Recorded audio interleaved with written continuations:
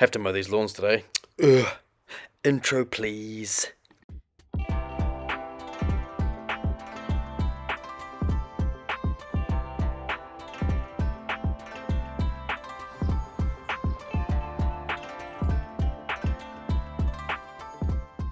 Stunning winter day in Christchurch, as you can see, and obviously I had to take the little one for a walk to the local park. Absolutely gorgeous, crystal clear water. Oh man, my Cunninghams Kinks would love it down there. Now obviously had to feed the chickens, had to feed Figgy, had to feed the ducks, and had to feed this little duck. Now this is one of my New Zealand forest geckos. His name is Gunner, and as you can see, he's absolutely radical. And I thought today, on a stunning warm winter day in Christchurch, I thought after the pools, God, that boot is dirty, get the little guys out, visual health check. And sorry about the dirtiness in the boot, I'll get back to it. I had some firewood that I got recently, so I have to definitely clean it up.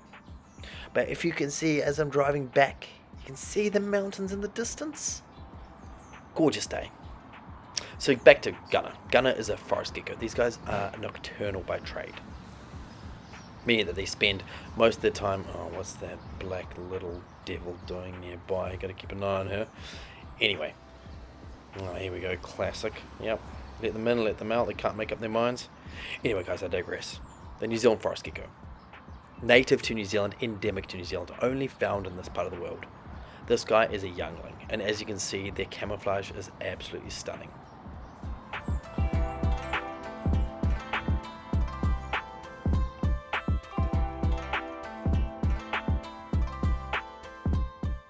New Zealand geckos are really actually incredible. They can survive in the harshest climates compared to any other reptiles in the world.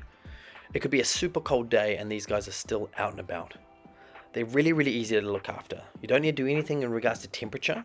All they need is lots of places to hide, lots of places to climb. Most of them are arboreal species in nature, meaning they like to climb in the trees. They like to stay nice and high up off the ground. Although I will found Gunner on the bottom, or more of a terrestrial gecko at times. But as you can see, super awesome gecko, amazing colorations, incredible species.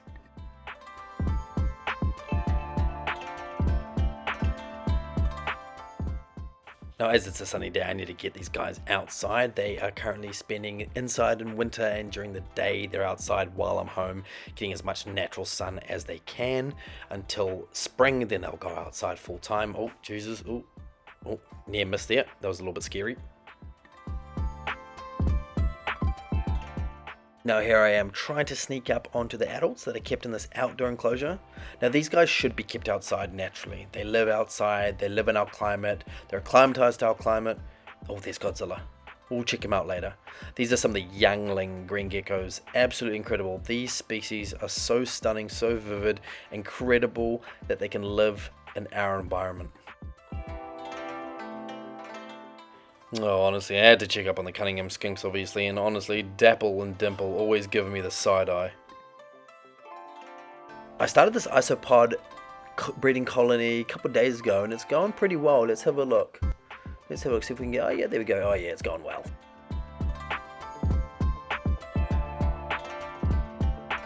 So ever since I was a kid, I had this weird obsession with reptiles and amphibians, and I think it came from when I saw my first New Zealand green gecko.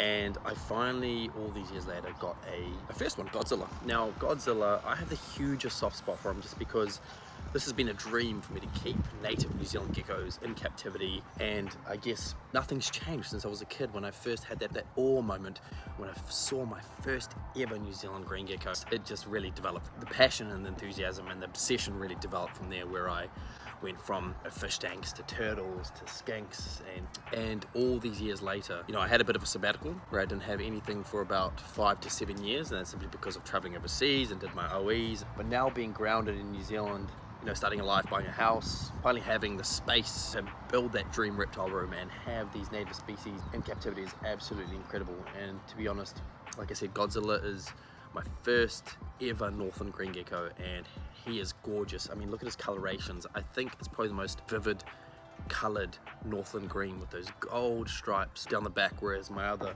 northern greens that I've got to date are I'm not gonna say dull in colorations. I'm really looking forward to seeing how the younglings turn out as they get older, but the 2 older ones that I got from someone on the west coast, they were a bit more dull in color, not as vibrant. We'll see. I mean, they've still got time to adjust to their new environment and enclosure outside here in Christchurch, but otherwise it's a beautiful sunny day and I'm making the most of it by getting these guys out in the sun. Now you might be thinking, you know, shouldn't these guys be outside all year round? Yes, correct, they should be. Now with the younglings, I really wanted them to, I got them in autumn just before winter, and it gets really cold in Christchurch, so I wanted them to be inside just for winter. They slowed down quite a lot, they weren't eating, so it was perfect timing really. And now spring's just around the corner, they're going to be in this amazing outdoor enclosure, but they're easier to monitor in these smaller terrariums. Now this thing is Chinese built, I'm not gonna lie, it's not the most sturdy. If a cat sits on top of it, you're basically busting through the mesh, but it's good for temporary use. And for younglings, where you can watch them eat, you can keep a close eye on them, make sure that they eat, that they're healthy. You're doing your visual health checks every day. So this was perfect, perfect option and size. And I think I can see Gunner, my forest gecko, just making a peep. Let's see if we can check him out. These guys are incredibly cryptic. They'll just pop out for a little bit, catch some rays, and then they'll hide again. Alright, now the boring stuff. Had to get to my chores, so I had a few sips of coffee, get to the lawn, started mowing the lawn, started thinking about my day, started thinking about all the things I need to do with the house, with my animals, and then I stumbled upon the most incredible moss. Now, second video being made tomorrow, super excited. Look at this moss. Stay tuned for that video.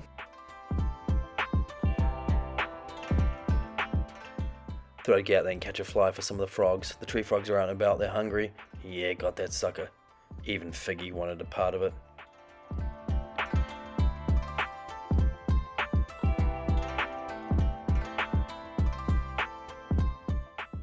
Now these natives I'm keeping and growing outside for spring, so going to be in the second outdoor enclosure. Getting these guys nice and ready. One's looking not too great, but I'm getting him back to life. The others are growing well. This one's slowly sprouting, but super excited for them to grow a bit more and super excited to see them in that second enclosure that's coming up also.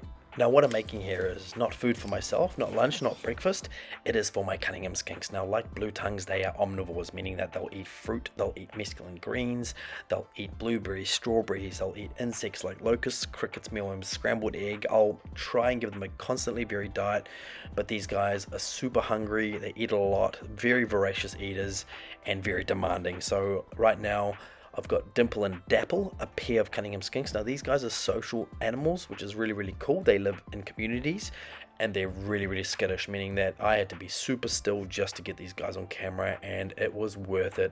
Look at this little dragon eating his breakfast. Absolutely incredible. I hope you guys enjoyed this video. Give me some comments, tell me what you want to see, and stay tuned for the next one.